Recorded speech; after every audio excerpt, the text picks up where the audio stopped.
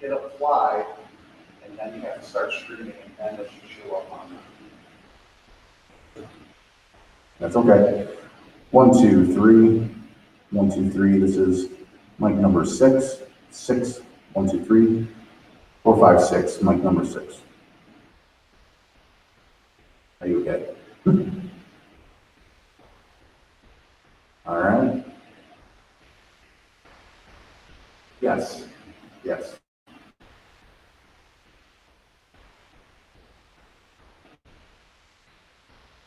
Is there anything on the agenda for learning coaches? What? Learning coaches?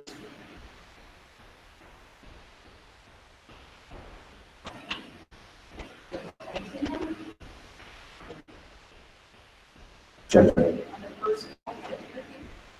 I can't hear you, what? Doing the fishbowl.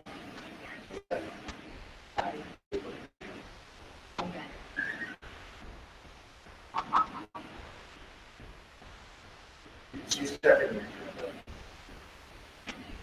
It's switched 100 times. Yeah. Instead of switch them 3 times. I'm going now to the wireless. Podium mic. I don't know if you can still see me on the shot, but I'm talking to you through the podium microphone, the wireless. 1, 2, 3. 1, 2, 3. Yes. Well, because I don't expect people to stand right in front of like I am. So I think we potted up a figure so that.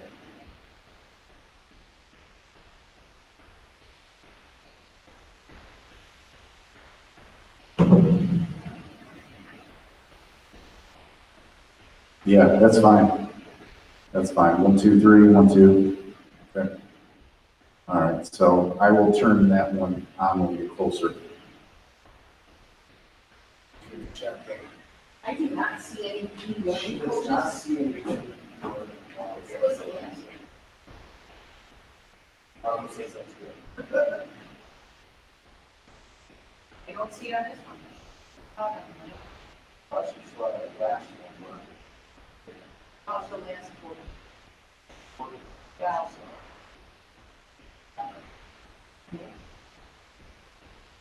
Okay. Well, if they call on you, you cannot respond. You are in master control for WEIK. Only settled. Okay. All right, well, I think the visual and the audio are set. Yeah, I'm just going to, so, okay, Jude's into here. You're muted. So you hear me off the camera mic probably as well as the phone. So, okay, well, that's because I'm close to it. But, oh, it sound good? Okay.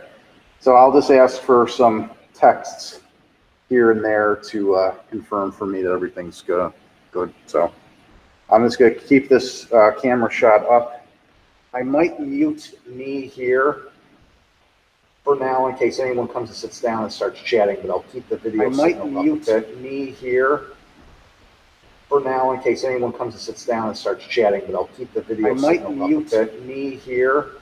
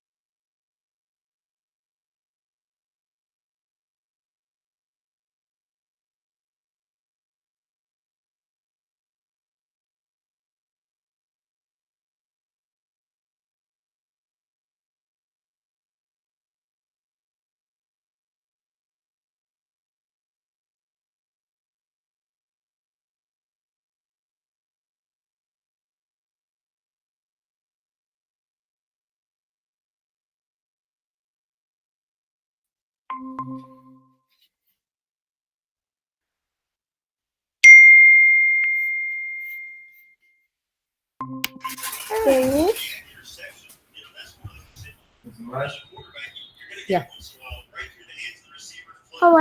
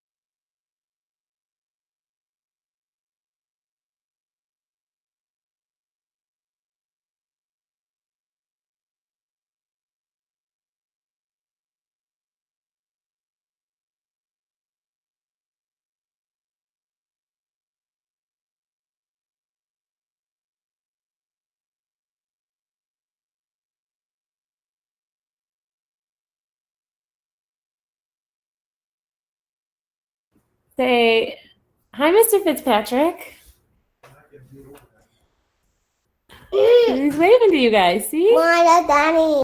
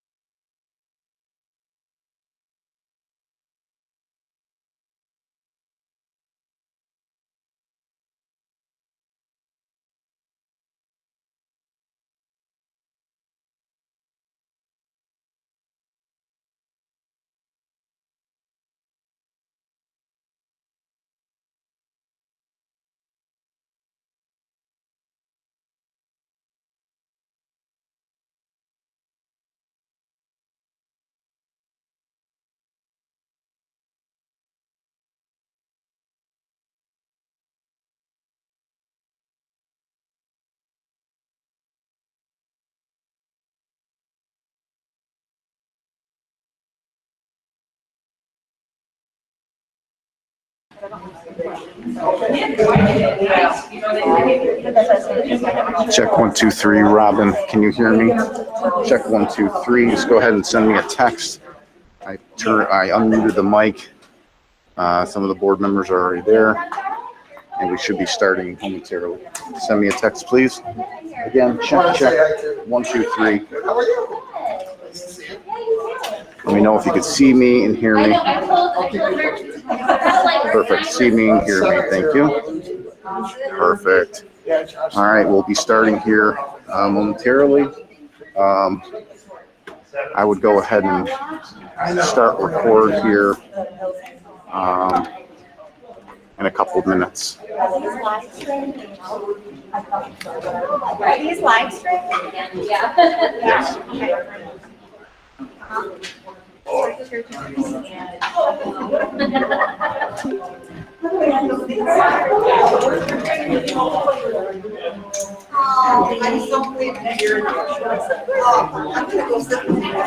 Hi, Santa. Okay, Robin, if you could hear me, I would go ahead and start recording. I think we have everyone here who's going to be here. I know Ruby's getting set. How are you, Julie? Thank you, Robin. How are you? Hi, Barney.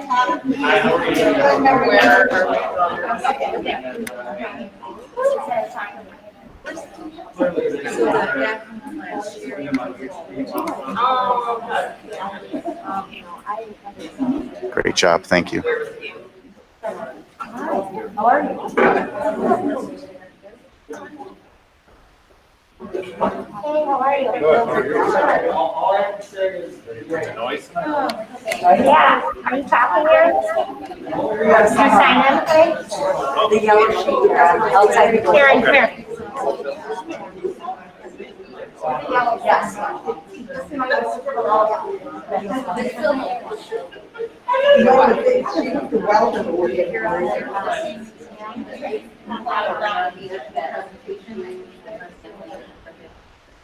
Oh. They still, like my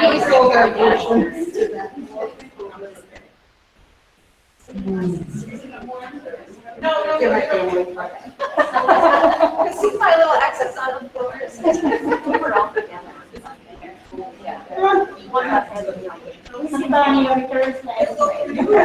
Okay, just don't want it to be on my watch. No, I won't. How are you?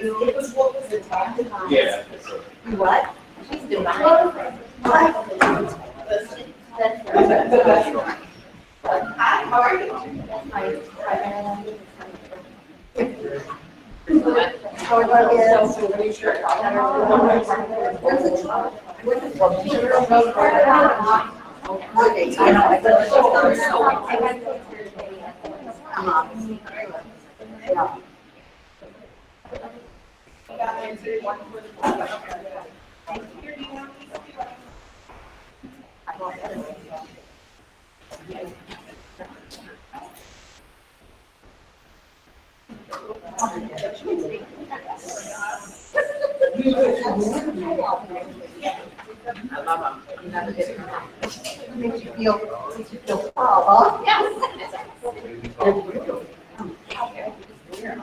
I got it. I'll practice. If I don't, I won't be able to. I think she's trying to do it.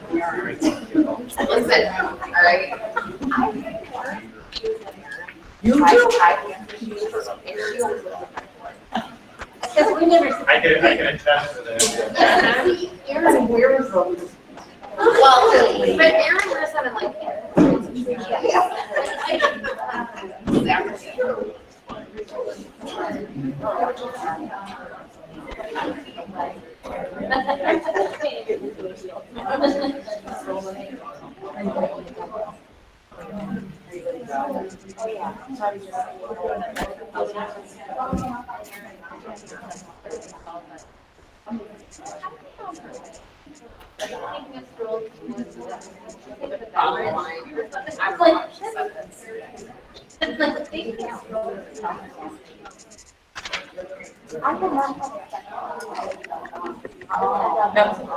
Well, you gonna talk? No, she says you. No, I. No, I. It's like you- I'll get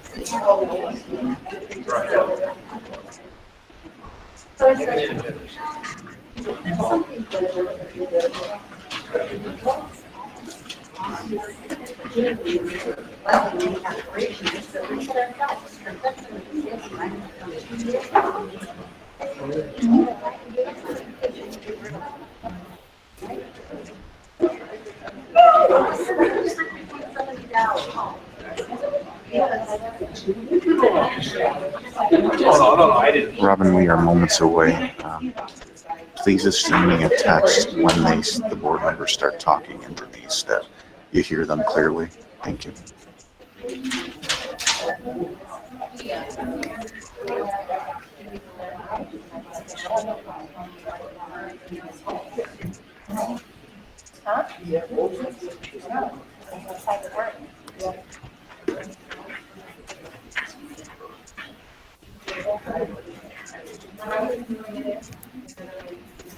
Just looking for it.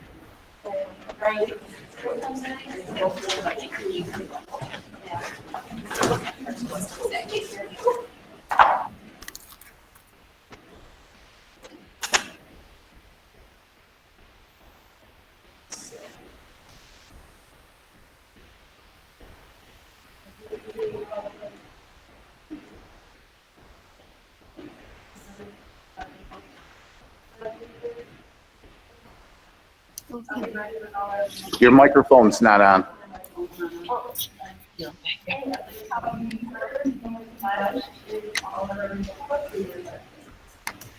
Good evening, and tonight I am very excited for our first pledge leaders in a long time for the Board of Education. They will be virtual tonight. They are ready to go. I'd like to introduce Roma Tadaro, Roma BOE, and Lila and Grace Stapleton. So would you please join me and stand for the Pledge of Allegiance?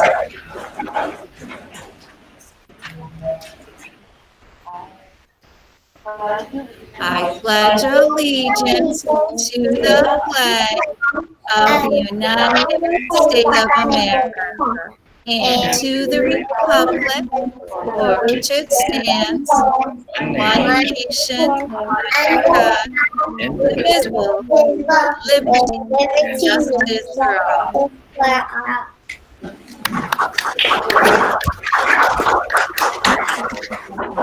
Thank you. Okay, roll call this evening, Lynn Bowman, trustee, Judy Gilbert, trustee, Nicole Novak, trustee, Judy Cone, district clerk, Dr. Brian Graham, superintendent, Ashley Mayer, president, Sue Marston, vice president, Cheryl Cardone, assistant superintendent for pupil and personnel services, and Dr. Ruby Harris, who is assistant superintendent for business and finance. And with us remotely via Zoom, we have trustee Joy Lamarca and trustee Robin McCreary. Just a couple of announcements. If you could silence your cell phones, please, so that they do not disrupt the meeting. We'd appreciate it. There is emergency exit directly behind me and directly in front of me in the event that we have to evacuate quickly.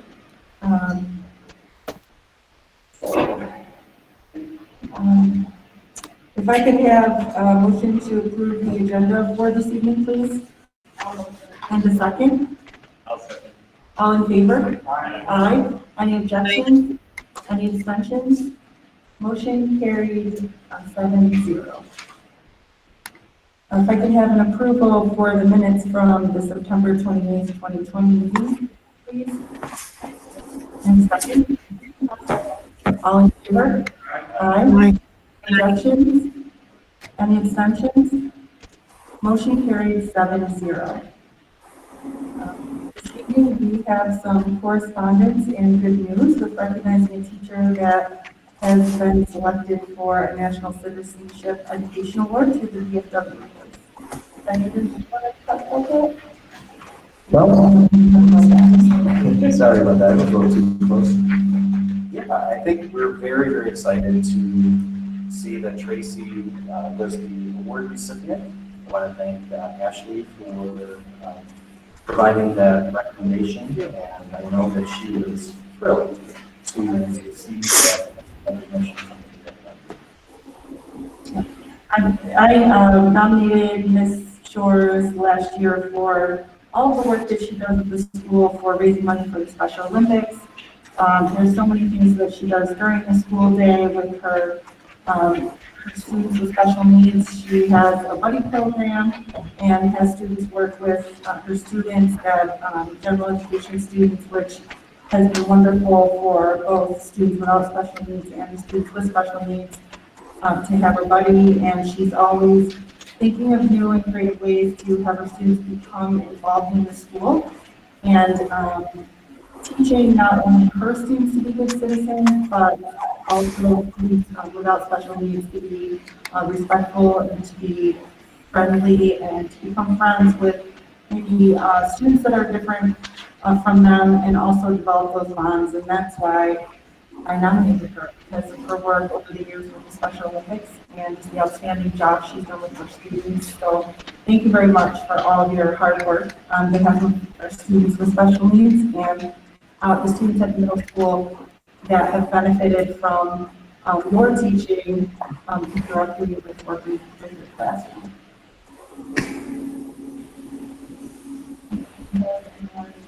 I don't believe she's with us.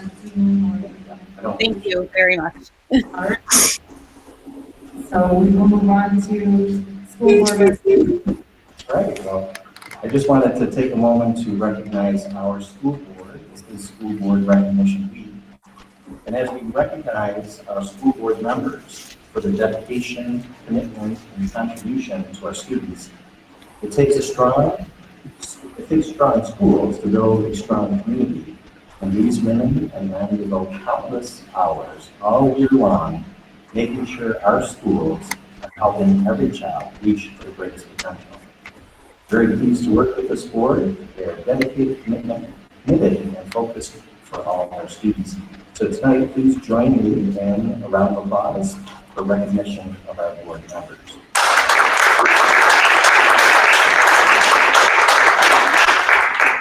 Thank you. I can speak for myself that I love working with each and every board member and with you as district clerk and Dr. Graham and your administrative team. You guys are wonderful and it's great. Thank you very much for the balloons and the cookies. The cookies are always so good. We love the cookies. Moving on to public comment session, agenda items only. At this time, public comments are invited from individuals who desire to address the Board of Education on any topic which is on the agenda. Residents who have previously signed up to speak will be recognized by the board president. So when speaking, please identify yourself first. Speak clearly and loud enough for everyone in the room to hear you. Speakers are requested to limit their remarks to no more than 3 minutes. To appoint a spokesperson if it's a group concern, and if necessary or desired to supplement your verbal presentation. Personal comments toward a member of the community, staff, or Board of Education will not be considered appropriate. So I'd like to begin with Mike Murray.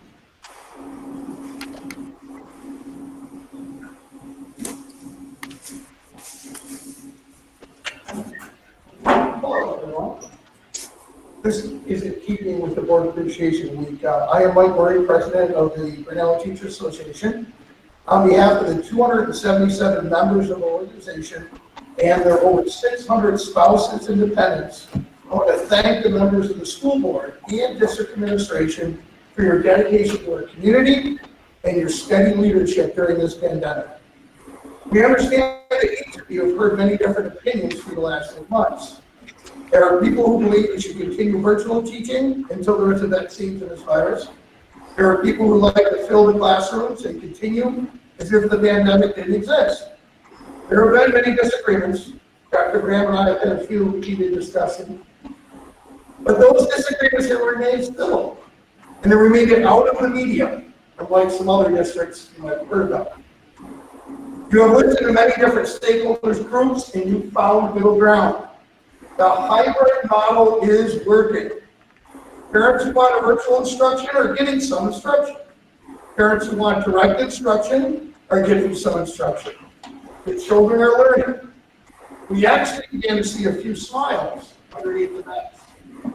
It's not perfect. There's been bumps in the road. Parenting during a pandemic is not easy. As a parent of a sophomore, I know firsthand how overwhelming the homework can be.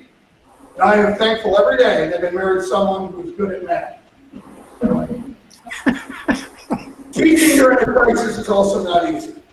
Our teachers are working night and day.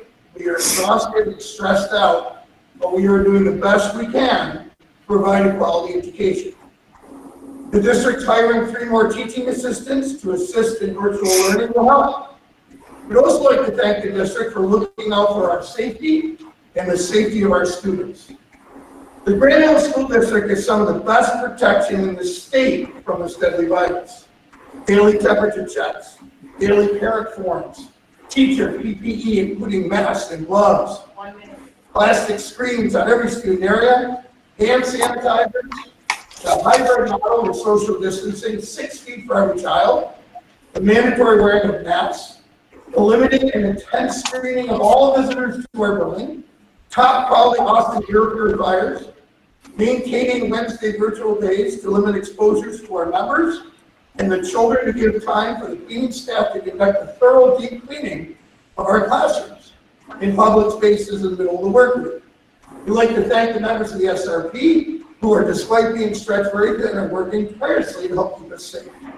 In closing, the GIT would like to urge the board and this community to stay the course. With the flu season around the corner and COVID numbers on the rise, now is not the time to change the plan.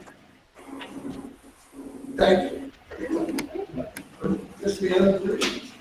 Thank you. Thank you. Next, we have Rachel Marinucci.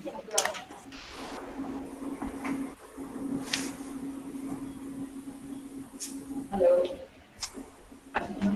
On behalf of many Grinnell parents and staff, we would like to thank you all for your hard work and dedication to this daunting task at hand. We are now 5 weeks into school, and we thought it was a good time to address what the plan is moving forward. Is there a 10-week plan to reevaluate and what does it entail? If the answer that is that you can't do anything until 6 feet are dropped, then we need to think bigger and dig deeper. Many districts have figured it out and we can too. For example, our 10-week plan could be to band together with other schools or superintendents or go it alone as a district and present to Mark Cuomo and Governor Cuomo our great COVID report card and ask, how can we get these kids back to school 5 days? If we can prove to them we can do it, we can press on. Since the 6 feet rule remains, or 6 feet rule is mainly in the event of no physical barriers, is there a plan to reassess and get the kids back 5 days? Is the 6 feet and a mask and barrier just something Grand Island is requiring? The way many districts we have spoken to say it's 2 out of 3. Is that correct? And the struggle for the families of kids K through 5 is insurmountable. We have older siblings struggling to help care for younger siblings, and at the same time supposed to be doing their schoolwork, which 2 out of 5 of the days is teaching themselves curriculum, and definitely not able to teach their younger siblings their work. And from the sounds of it, most parents cannot either. Was the board of that aware of the plan that was laid out for 5 half-a-days for Sidway? I know Sidway had a plan with the cafeteria staff to get meals out, to use the loose day in the bus garage, to effectively do 5 half-days for our K-1 students. The parents definitely were not aware of this, and I just wondered if the board was. Is that still an option moving forward after 10 weeks? If the funding is an issue, we would like a cost analysis done on what it has cost to bring back 5 JV varsity sports with the coach stipends and busing, that money had been reallocated to bring back education. Because at this point, education should be coming first. This has been brought up before and needs to be brought up again. The 180-day push needs to be given leniency. The students and teachers and parents cannot keep up with this. We've heard from all the parties involved, and the consensus is everybody seems overwhelmed, and the students are not grasping for material. In other districts, they are giving leniency to this, and Group A is learning what, or Group B is learning what Group A learned on Monday and only reinforcing on the other days. New curriculum can be laid out on Wednesdays. And how should the PE look on days off? Should it be computer work, or should we be actually looking at the physical education logs for the children? Thank you for your time. Thank you. Aaron, Kazan.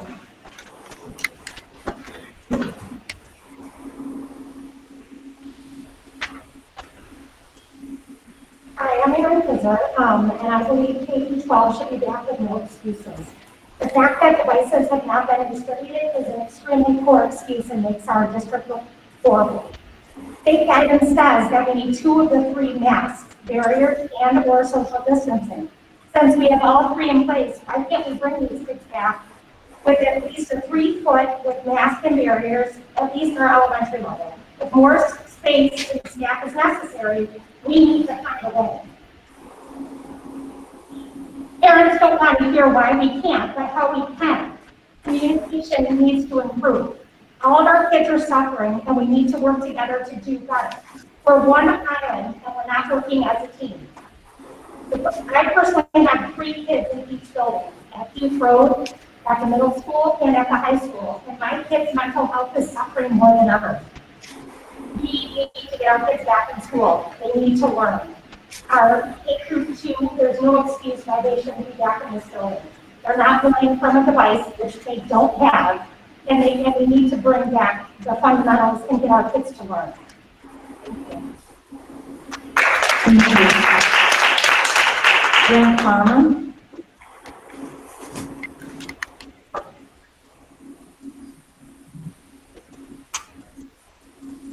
Well, my name is Frank Farmer. I'm a class of 98 graduate from Grand Island. I have a kid in First off, I would say does not reflect my opinion of teachers who are doing maybe put in a tough situation and given the resources made available to them to do the best they can. More aimed at the higher echelon administrators and unfortunately the school board. What we are doing is not working. That's not from the parent perspective. Teachers can say different, the school board can say different, the administrators can say different. It is not what you can parent up.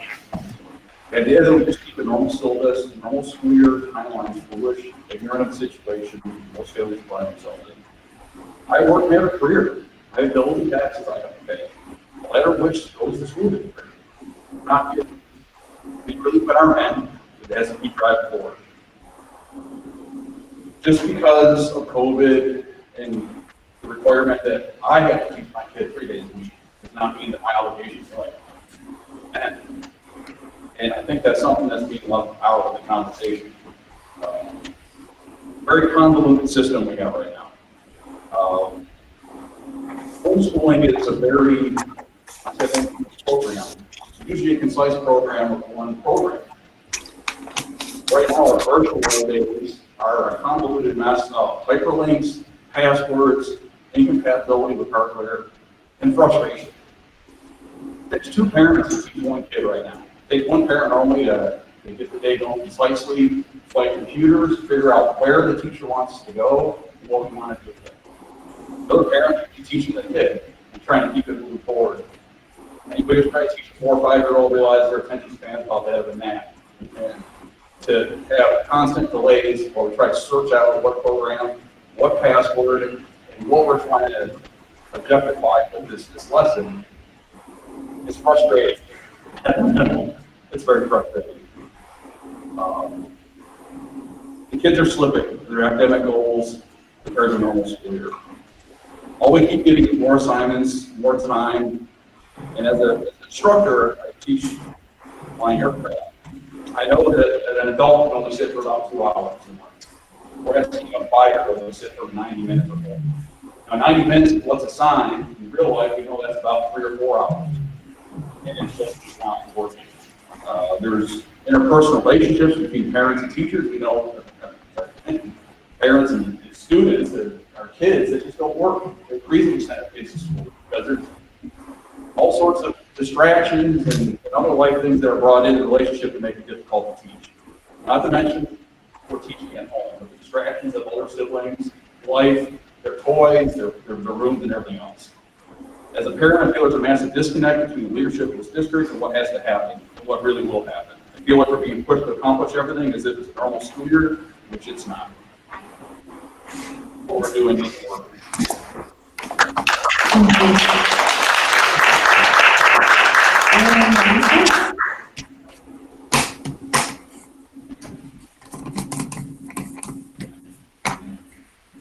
All right, thank you for everybody.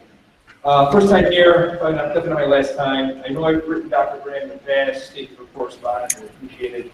Thank you to all of you, teachers as well. I know it's a daunting task for everybody in the room, but let's face it, what we have going on right now is not working. We're all agreeing to that. I'm watching my child, my son in particular, frantic at home. The amount of work is not sustainable for 180 days of school in 70 days maybe people say? Okay? To piggyback off you, I've been in work since day one. Right? And the teachers are working day and night, and so what? Look at my wife. She's self-employed. Well, we have the space, we have the place here. Let's make it happen. Utilize the gym. I'm not even asking for 5 days of in school. 3. But Monday, Wednesday, Friday, Tuesday, Thursday, and then a week.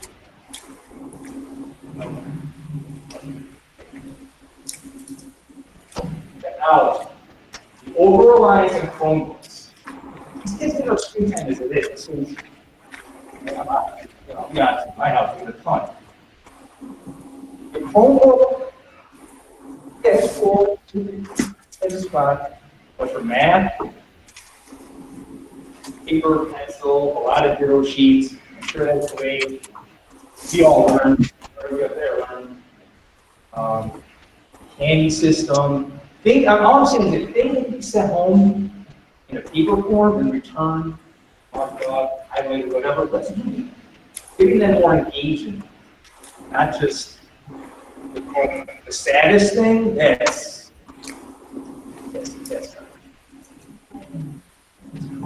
other people want, sorry, whatever.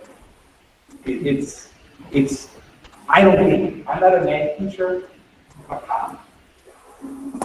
I'm a firearms instructor for the law enforcement agency. And again, like you said, getting a kid to sit for hours and hours of this with me, and my wife, that is altering our relationship, parent-child relationship. So I'm asking you guys to kick back or push back your state to the New York State Board of Education. And let's make this happen. You said, a strong school builds a strong community. Let's make the school stronger.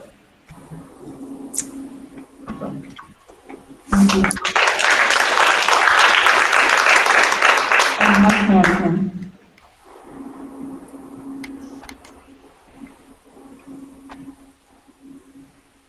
Like others have said, you guys are in a tough spot. I totally empathize with you. I realize it's not easy what you're going through. I can say that for the town of Grand Island, we did open our summer programs for the kids. And it can be done safely. Private schools, many other private schools, are open full time. You really have an easier path, but I do think. Private schools, they're allowed. You need to push the envelope, push back, advocate for full opening, reduction of restrictions with New York State. And I'm saying that also based on the science. Looking at the CDC website for school reopening, the title of the article, Importance of Reopening Schools. Going to the science of it, it says, so far in this pandemic, deaths of children are less than in each of the last 5 flu seasons. So I think that's important. They emphasize the importance of providing educational instruction, supporting development of social and emotional skills, creating a safe environment for learning, addressing nutritional needs, facilitating physical activity. Very good article. Hopefully you folks, I'm going to guess you've been reading that type of information.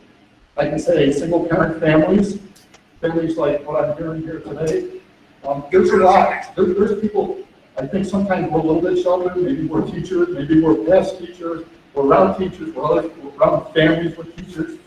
There's a lot of families that are not effective at teaching kids, especially single parent families, parents with full-time workers, things of that nature. We're setting up a generation of failure, especially in 3rd grade, which you guys probably know. There's a certain point where if you haven't taught children reading, writing, and arithmetic, the opportunity is lost.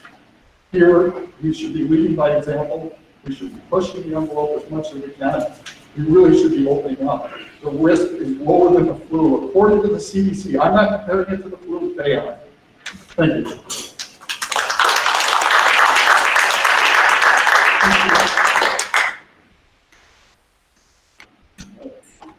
We do not have anything under curriculum instruction this evening. So that brings us to personnel instructional. If I could have a motion to approve PI 1 through PI 3, please. And the second? All in favor? Aye. Any objections? Any abstentions? Motion carried 7-0.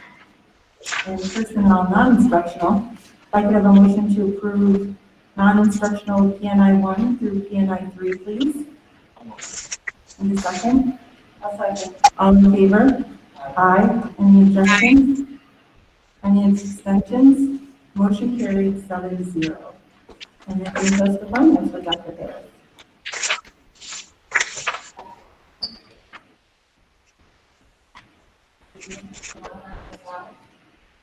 He's on. So I have quite a few things on the agenda that require action, but I wanted to thank Lumsden for coming in and doing our external audit. If you remember last year, the board approved them for another 5 years, so I know we were appreciative of it. I definitely was because they worked with the district for such a lengthy time in the past. So I'm going to allow them to do the presentation first, and then I will go through all of the other items.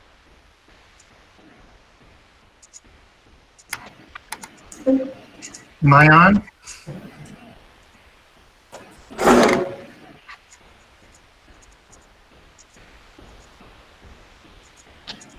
Hi, this is John Chavone.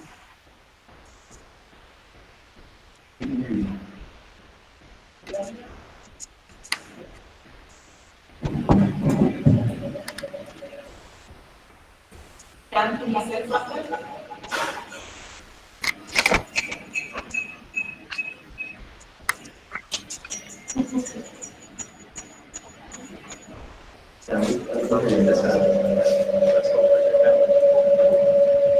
John, we can hear you. Go ahead.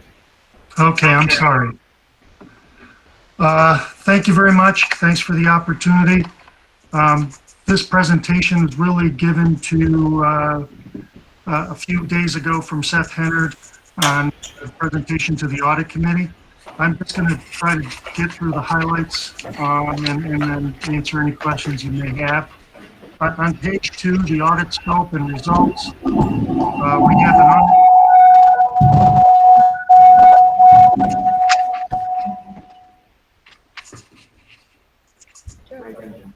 on page 2, we have an unmodified audit opinion, meaning that the financial statements present fairly in accordance with generally accepted accounting principles. There were no issues or matters that we would need to bring to your attention under government auditing standards. And because you have more than $750,000 in federal funds, we are required to audit those dollars. This year was about $1,527,000 compared to $1,536,000 last year. Very consistent. We determined that you are a low-risk auditee, meaning that you have had findings for question costs in the last 2 years, and that the audit report has been a clean audit report. That means that we would only have to achieve 20% of the federal funds in terms of looking at the compliance supplement. This year, we took the special education cluster. That was $612,000, 40% of the total federal dollars. And again, no findings, question costs, or any other matters. The data collection form will be completed by me and Ruby within the next month. That is an electronic form housed on a federal website. It really just summarizes the entire audit and requires electronic signatures. Extra classroom activity started the year with 91,000, raised 268, spent 257, and left with 102,000. I'm going to move to page 2. Looking at the fund balances, 12,848,000 in the $10,651,000. I think we've got the wrong slide right there. I'm sorry. Let me just go through it. I think that's last year's. I'm not sure how that happened. I will figure that out tomorrow. My apologies. I'm just going to go through this. I'm sorry. On page 2, federal funds, $10,651,000 of fund balance compared to $12,848,000. That's about a $2.2 million decrease. But you are embarking on another capital project, which I think is going to be over $23 million. And you move some money from the general fund to help fund the new projects. You also got a bond anticipation note for $5.3 million. Overall, fund balances were $8,322,000 compared to $12,786,000. On the revenue side, specifically the general fund, $59,160,000 compared to $59,008 in 2019. That's about $158,000 or 0.3%. Overall, property taxes were up about $594,000. There was lower STAR dollars. State aid is declining predominantly because of building aid as those projects get matured. Sales tax went down right about at the middle of March when all of us decided that we needed to move out and get to safer grounds. Other is about $136,000 decrease. That includes charges for services, lower interest, lower Medicaid services, but overall $59,166,000 in the general fund revenue. On the expenditure side, it was $59,063 compared to $59,249. That's about a $186,000 decrease. As I've mentioned over the years, when you look at expenditures, the biggest dollar amount are the salaries and the employee benefits. Overall, 76% of the total general fund expenditures were in that category this year, 76% in 29, and 73% in 2018. Transportation services, even though it seems like the dollar is greater on a year-to-year basis, there was a reduction of $323,000 because obviously the buses didn't have a lot of things to do after mid-March. Teachers' retirement system contribution was lowered from 10.68% to 8.86%, and that saved the district about $356,000 in this year. Last page I'm going to talk about is a government-wide. This is where we take the balance sheet and add stuff. We are adding buildings and equipments. Buildings and equipments become depreciated. We also do depreciation.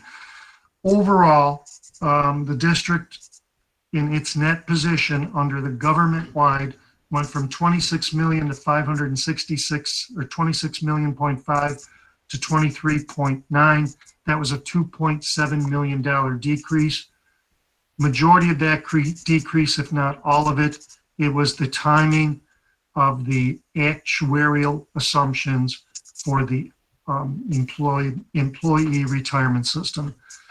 Again, the pandemic really hit hard in mid-March. It affected Wall Street.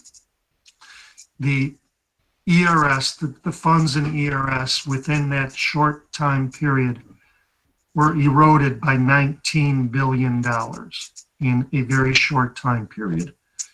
With that, everyone that's in ERS had a greater liability at the end of this year than they did last year. Your liability increased $3,412,000 compared to $1,452,000 last year. Hopefully things will get back and we won't be talking about this in the next year. But of course, there's a lot of work to be done, especially getting through these difficult times. The communication with those charged with governance, that's a communication between the auditor and the audit committee and the Board of Education. Overall, nothing really significantly for you to be worried about. Footnote disclosures are part of this, accounting estimates, really pretty much standard, no concerns there.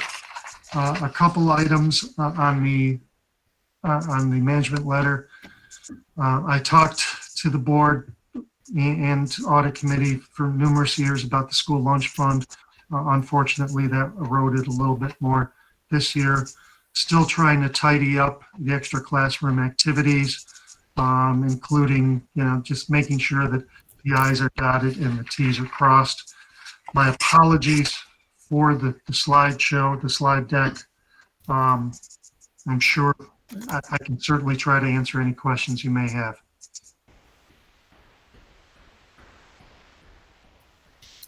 Does anyone have any questions? Thank you. Thank you. Appreciate it. Dr. Harris, did you want to go through the other items? Can you hear me? Everybody hear me? Okay.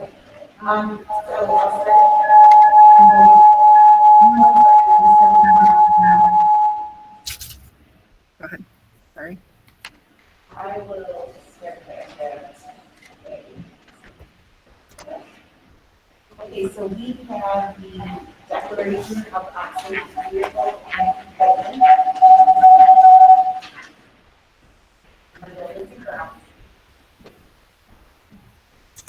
Then we also have a donation diesel donation to the art department and DECA. That is item B. Item C is tons of hand sanitizer. So we definitely want to thank everyone. We had Bavaria donate, we had Erie County donate, we had Independent Health donate. I think we have plenty of hand sanitizer on deck. So we will be handing those out. You have one in front of you. I know we have deployed to teachers and staff, so that has been very well and very well welcome. Then we also have face masks that have been donated from Paul and Adele Summer. So we are thankful for that. The next agenda item I have is budget transfers that are over the $15,000 amount. You will see that some of that is COVID expenses. This goes back even into August for things that have been approved and moved. So those items are on here. F is the audit report that has to be approved by the board. That will then get uploaded to New York State. And everybody else, there's 3 or 4 agencies that we actually upload this report to. It was very important that we had the board meeting today because it's due October 15th for everybody. So that will be uploaded. And then any item that shows recommendations from the external auditors will then be addressed in the corrective action plan, which the board will receive, review, and then we will look at that as well. Those are the items I have for action.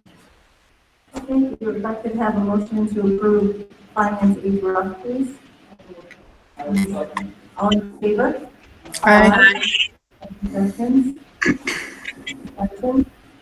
Motion carries 7-0. Okay. G, H, and I are things that you are accustomed to seeing. G is the revenue status report. That is for June, July, and August. H is the treasurer's report for July and August. And then I is the check warrants for August. And then J is budget transfers that are under the threshold for approval, but we do for informational purposes. And the last item you see on here, which is K, is a policy manual development. That is for information. The policy committee has met a couple times to discuss how we can move forward, considering our policy. The brunt of it is from 2014. All of the items in here just kind of give a play-by-play of the recommendation from the committee and the discussion with BOE policy services on us redoing the policies as a committee, providing that information to the board in chunks so it's not overwhelming to receive hundreds and hundreds of policies at once, and the length of process. So it's lengthy, but I feel that we have a great committee, we have a great board, and then we can get it done in a time frame, and then everything will be up to date and ready to move forward. Any questions?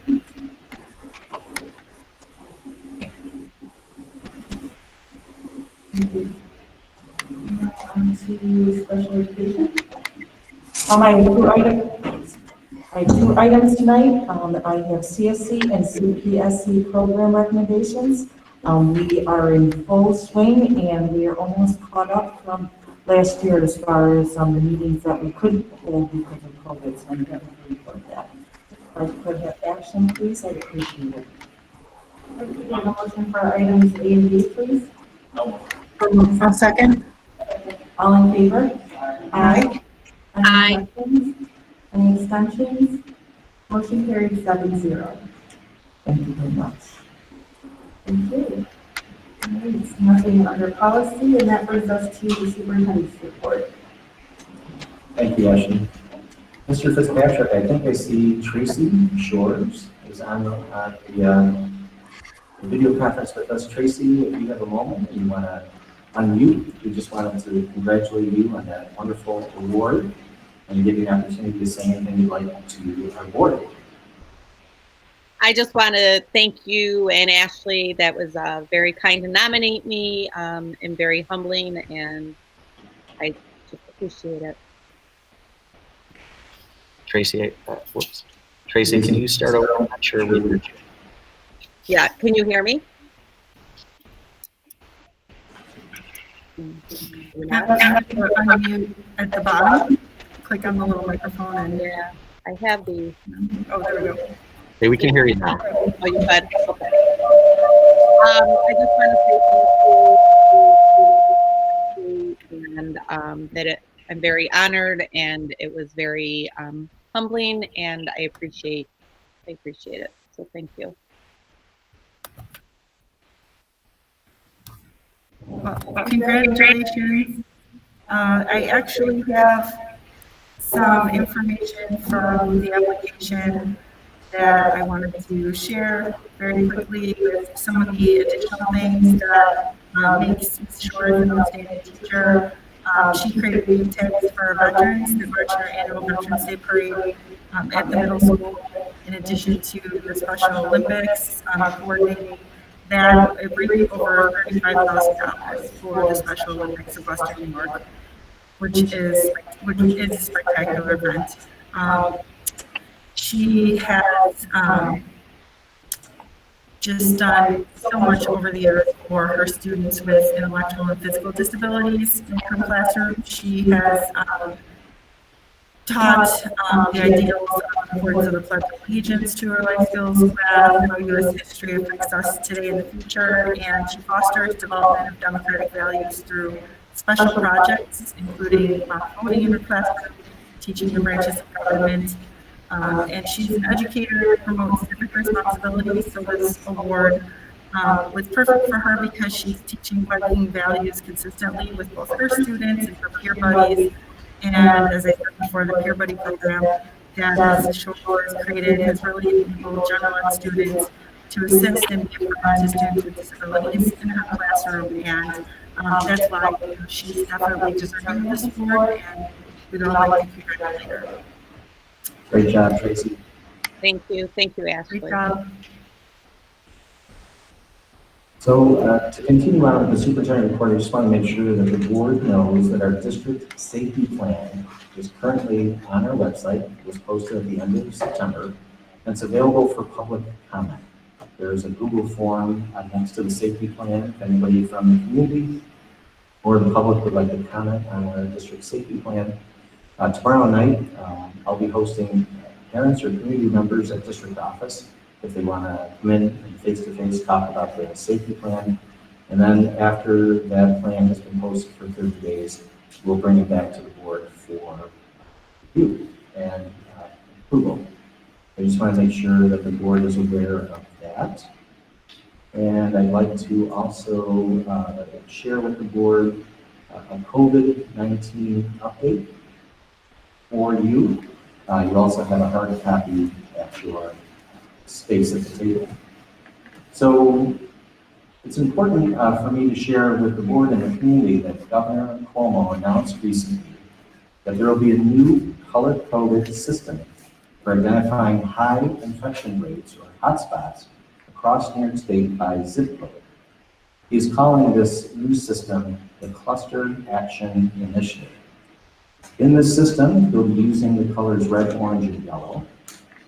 I have confirmed as of this morning with the Erie County Department of Health that red zones are zip codes with a 3% or greater COVID-19 positivity rate based on a 7-day rolling average. Additionally, boundaries next to that red zone zip code, a quarter-mile away, would be considered orange, and a half-mile away would be considered yellow. Last Tuesday, the governor closed 300 public and private schools in 9 New York City hotspot zip codes in Brooklyn and Queens. That occurred on October 6th. Additionally, he provided in his presentation a chart that you all have in your PowerPoint presentation. The chart indicates that if a zip code is labeled red, and again, that is a 3% or greater infection rate in that zip code.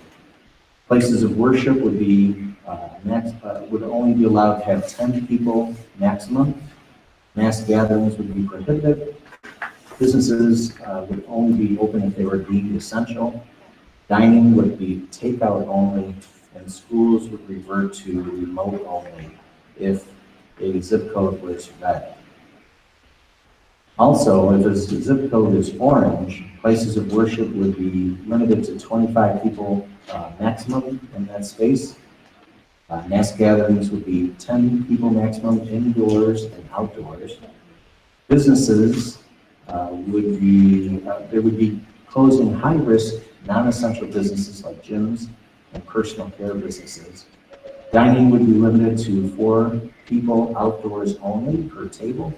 And schools would also revert to 100% remote if deemed as an orange zip code or an orange cluster.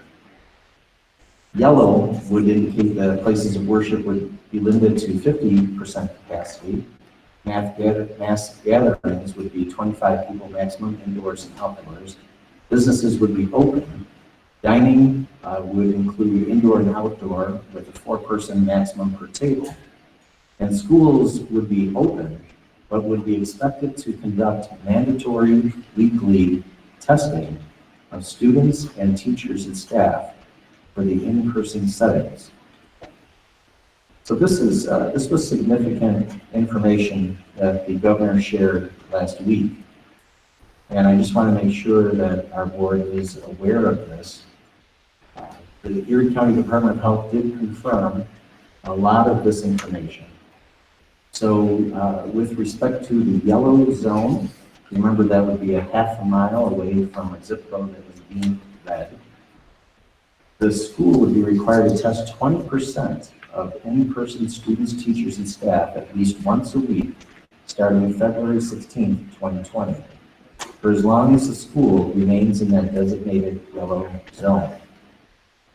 The New York State Department of Health would provide the rapid testing kits for this particular testing to the Erie County Department of Health and local hospitals and or pharmacies or healthcare providers.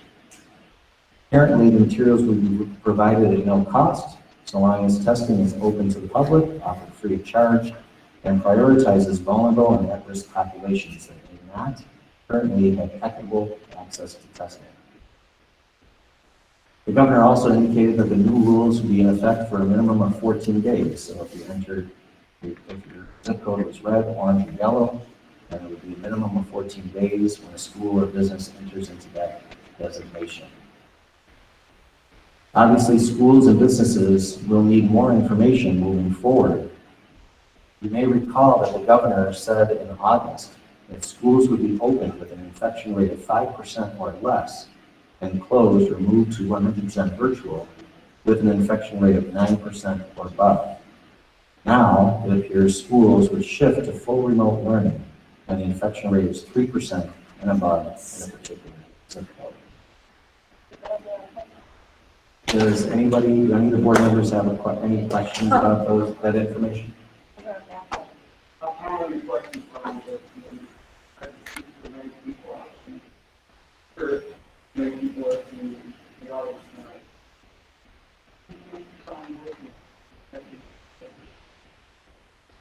Can you speak a little bit louder, please?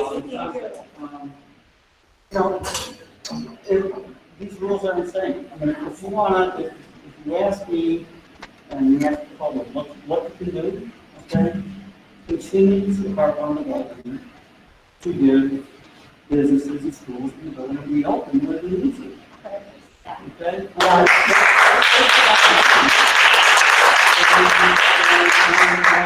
When the rules change, we've been open remotely, in the hybrid model for a month. Okay, I think we've been very successful. Okay, we forward through this school before this meeting, and if any of these people want to walk through, we can do that. We have the safest schools around. Okay, we have barriers. Kids are 6 feet apart. Okay, and we've been very successful with this stuff. And it just can't continue this way. I mean, it just can't. Kids need to be educated, we need to be in schools. And I would hope that, our public will recognize that, the pressure on the government. Okay, and that's where it comes from, because nobody can tell the government to do anything.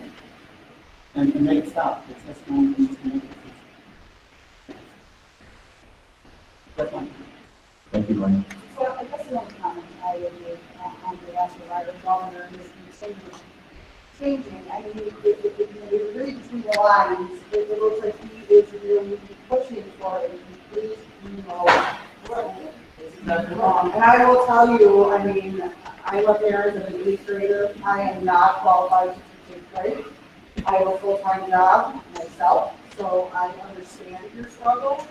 I spend a lot of time myself on the computer and reaching out to family members to help me with so I sympathize with all of you, but I think if you listen to our governor daily, speak on behalf of the whole pandemic we are in, he is not leaning towards opening anything up, whether it be our schools or our businesses. We are a small business owner. He has definitely put restraints on that as well. So, families of small businesses are feeling it there too. So I think we do need to take a stand against our government. Unfortunately, I read the comments, I hear you. We really have to get with our government agencies to demand a change. Because with those restrictions, we're doing the best we can. And I understand it's not fantastic, we are all frustrated, I'm frustrated myself, but really, our hands are tied, and that's what we need to focus on. I have to say that I think Great Island's doing a great job. I am happy with, all the safety precautions we put in. I know you guys are talking 2 out of 3. I'm very happy my son is 6 feet with a mask and plastic protectors. My family has experienced loss for the pandemic, so I understand wholeheartedly what it means to have a family member or someone close to you die of COVID-19. So I commend our school district for making the message clear and maybe overboard in some people's perception, but I commend them. I mean, it's difficult, and there's not one person sitting at this table, there's not one teacher, one administrator, or our superintendent that wants to educate our children every day. But I think we need to look at a higher level because, I hate to say our hands are tied, but unless our government officials will move to, how he makes changes or changes his path, we probably will be at 100% in.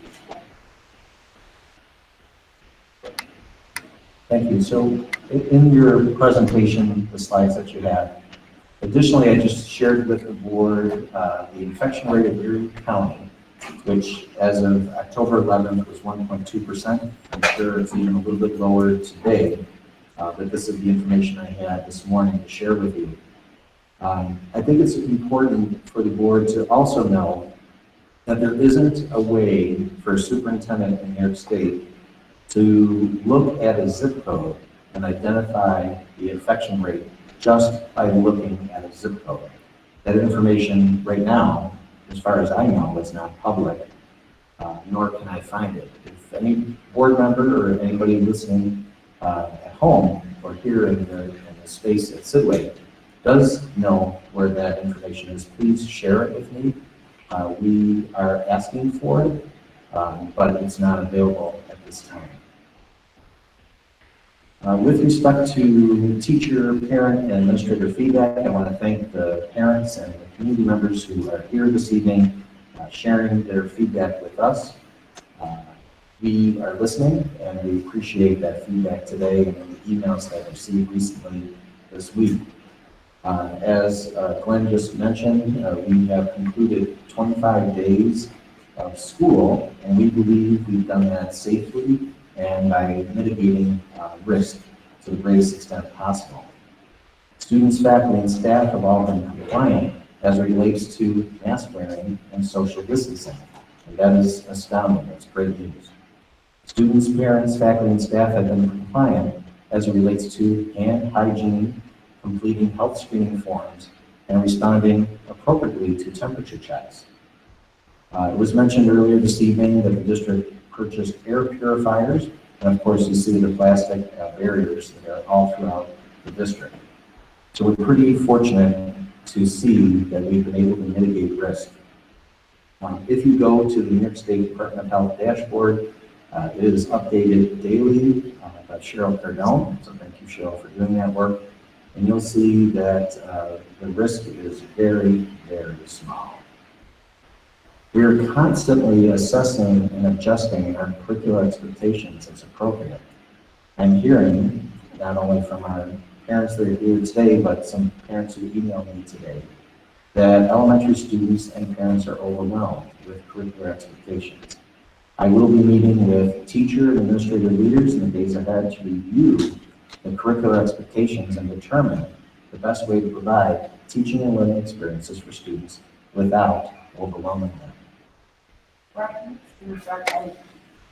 a parent, who, it's been many years since I've been in school myself, I know, we don't have textbooks to look at, we don't have any material to reference, so when, we're the people at home trying to do the support system, we don't really have the materials to do that. So, I don't know if that's something we can ask with our teachers.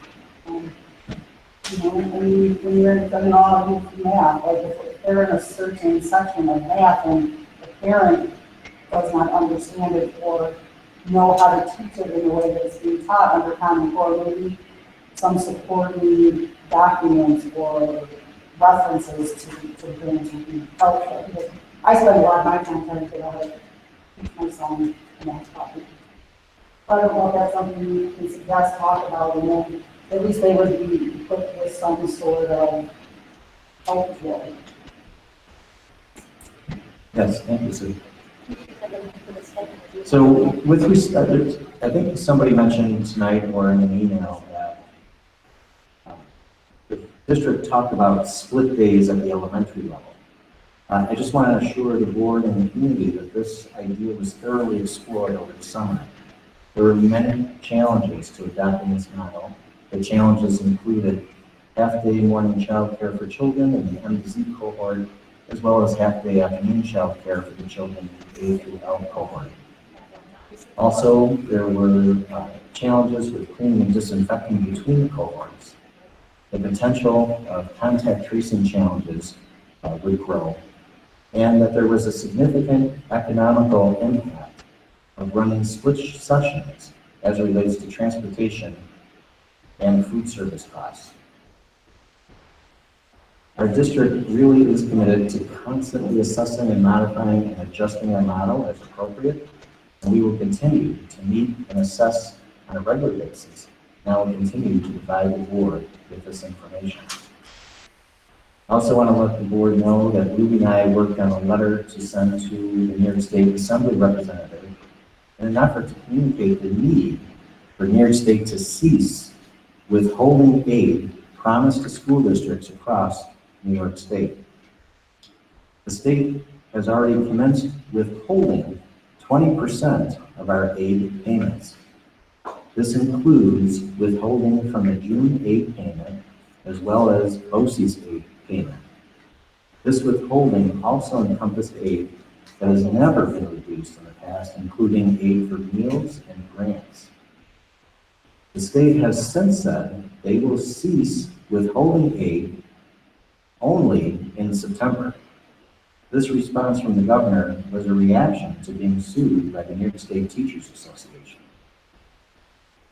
The state has also said they will review the reduction of aid in this coming November, and the reduction of aid and the amount of any reduction appears contingent upon federal pandemic financial assistance to state and local governments. Myself and other superintendents in Western New York met with our congressional representative, Brian Higgins, to seek his support in providing federal relief to public schools. It's important for the board and the community to understand that if the 20% of aid that is actually currently being withheld by the New York State Department of Budget is not released to our district, and if the aid becomes a permanent cut, we will be facing severe economic hardship. This would also be true in every school district across New York State. In your packet, your presentation, your slides that you have, please take a look at the chart that Ruby prepared for us. It indicates that we have budgeted for $11.2 million in foundation aid this year. If there is a reduction of 20% of that aid, that equates to $2.2 million in lost funds. There was a federal CARES restoration aid that was put into our budget when the governor removed the same amount of dollars. So the governor took away $433,000 for Grand Island and then inserted $433,000 in federal CARES restoration aid. If that aid is withheld by 20%, that equates to $86,000. Our universal pre-kindergarten program receives $110,000 every year.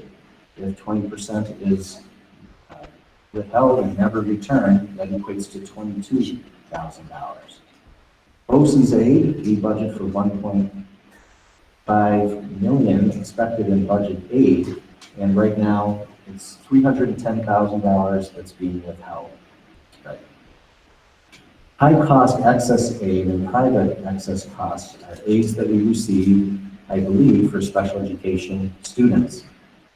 If those aids are reduced by 20%, one line would be a reduction of $44,000, and the other line would be a reduction of $161,900. Hardware and technology could be reduced by $9,000. Software, library, and textbook aid could be reduced by $50,000.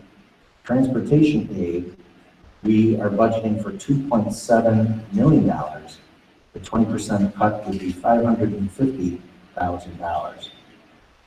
And finally, under building aid, we were budgeting for $3.6 million. The lost revenue could equate to $735,000. The total aid lost to our district, if not restored, would be $4.2 million. Do any of our board members have any questions about that? Okay. So it's very significant right now. The Department of Budget in New York State is saying it's withheld and not cut. As a district, we'll begin working closely with our parents to design a letter writing campaign in an effort to influence New York State and federal representatives to assist us in trying to recapture that withheld aid. Thank you very much. Dr. Brandon did have a question regarding your meetings with Dr. Bernstein and the Department of Health that you had when you were in the full remote last year. I know that the superintendents across Western New York would meet with her regularly to discuss the guidelines, and I see the new 3% or above infection rate guidelines based on zip code. However, what if things continue to go the way that they are and we have a low infection rate? And I think we had one student that was off site at this point, district-wide. Is that correct in terms of infections? Yep, So- that's what's on So the our, dashboard. yep, so our safety precautions have been working to mitigate the infections. So I'm wondering if Dr. Bernstein has given any guidance from the Department of Health in terms of the distance. Because I know the issue is right now the 6 feet of distance. As she said, you know, if we stay at a certain percentage, we could have 3 feet of distance or anything. Has she given any information regarding what school districts could do if things continue on the path that they're currently on? At this time, we have received zero information on the reduction of the 6 feet of social distancing requirement that was treated by the next state Department of Health. So we have not received any information from Dr. Gershwin or Dr. Nichols. We do meet regularly. We are meeting more regularly in the summer, and she is available to answer questions. I did send her a list of questions about this recent cluster action initiative, and she responded very quickly. But we have not received any additional guidance in any way, shape, or form of the reduction of 6 feet of social distancing or the 12 feet of social distancing for phys ed, band, or choir classes. And I guess what's really troubling is the new information from the governor that a school would revert to 100% remote if it was 3% or greater of an infection rate in the code. Do you think we could, instead of, asking questions about the current plan, I mean, I think we need to push to ask the question in general, for all the school districts, what is the plan if you say if the infection rate we're in, or if it's better, or it remains the same? They've got a plan for it to get worse, because everybody's anticipating to get worse. If you remember, I thought our schools were closed in 2 weeks. We're sitting at 25 days, one offsite infection. Overall, I've not seen a big infection rate. So we need to ask the question, what happens if it remains the same? So everybody's looking for doomsday. Let's look to the positive and all the great work that the districts have done to contain it. It's time to ask one thing.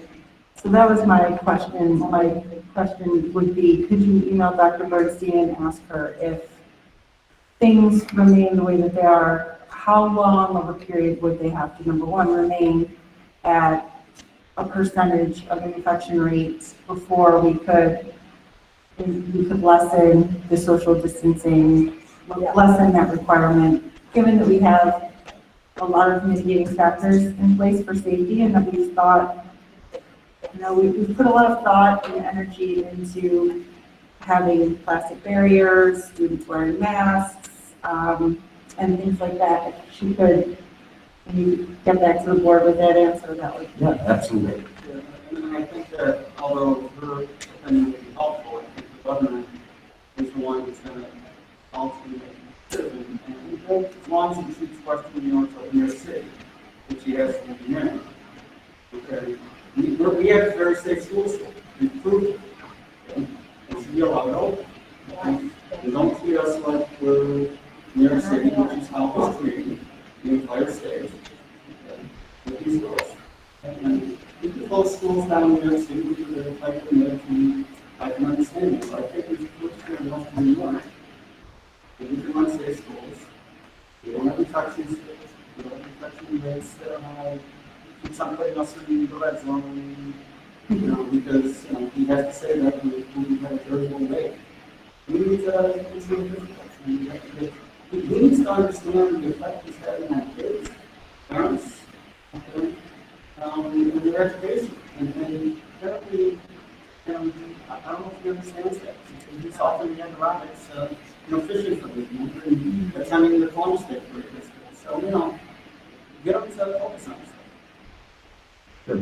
We'll send 3 separate correspondences, one to Dr. Bernstein, one to the head of the New York State Department of Health, and one to our governor. Thank you.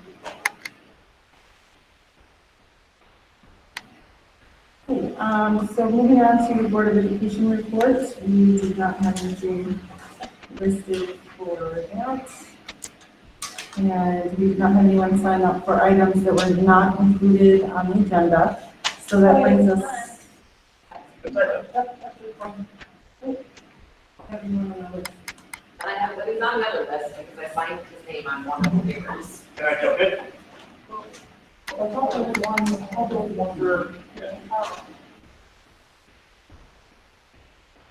It's on the yellow. It was on the yellow sheet, Tom DeAngelo.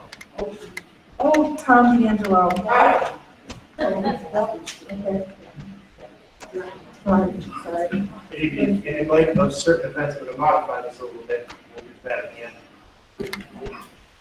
The coronavirus has placed tremendous stress on our system, our community, and our homes. The success of our educational system is an opportunity to see the true value of partnership and cooperation between community and the district.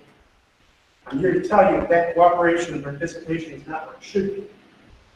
The current process we are being asked to participate in is at best a work in progress. The process is inconsistent, convoluted, confusing, and frustrating. The sentiment is echoed throughout the community, and the community that includes teachers. You are responsible. You are the elected representatives. It is you who are attached to ensure the success of our students, the financial security of our district, the long-term success of that investment. It is said to me a long time ago that any elected official is duly obligated to leave a legacy of improvement upon which they have begun. The superintendent and teachers are employees of this district. The district is in your hands. The leadership of this district is in your hands. I haven't seen or heard any of your voices. I've heard Dr. Graham's, but I haven't heard any of yours. You represent us. March. This district was virtually closed in March. That means from March until the third week of August, when Dr. Graham had open sessions for the community to give input into what we were going to do. No community feedback, no give and take. Here's the program. That's your job. Your job is to hear our voices and to represent us to them. Dr. Graham, I am sorry. You have gone through the task of that. What I'm here to say, in light of what you just said, is red, yellow, I don't even know what color schemes there are anymore. Now, we need to start now. You need to be here now. Come up with a plan. Because quite frankly, a quarter mile away is Tonawanda, and they just went back to school a week ago. Their district is 5 times the size of ours. And if you think that they don't get the 3% in the first month, you're wrong. Because they will. And because of his, I've lived in New York State my whole life. I've lived in 6 different cities in this state. 3 men in a room when I was a kid is 1 man on the throne. And that man has done nothing but hurt this population. He has ruined our businesses. He is hurting our students and our schools. He is breaking up the families of these communities. So it is upon us to be smarter than him. You're right. You can write all the letters you want. I agree with you. He's just going to throw them in the garbage. He don't care. Because he doesn't. Because it is him who sits at the top. But it's on us. You need all of us here. Thank you.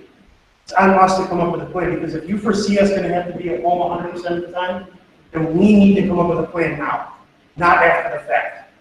I'm asking you as the board to lead that charge. You are elected officials.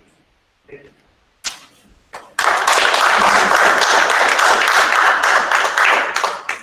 So now we're on to the roundtable, beginning with one. Dave? I'd like to thank the community members that came out tonight, took their time and shared your concerns. Thank you very much.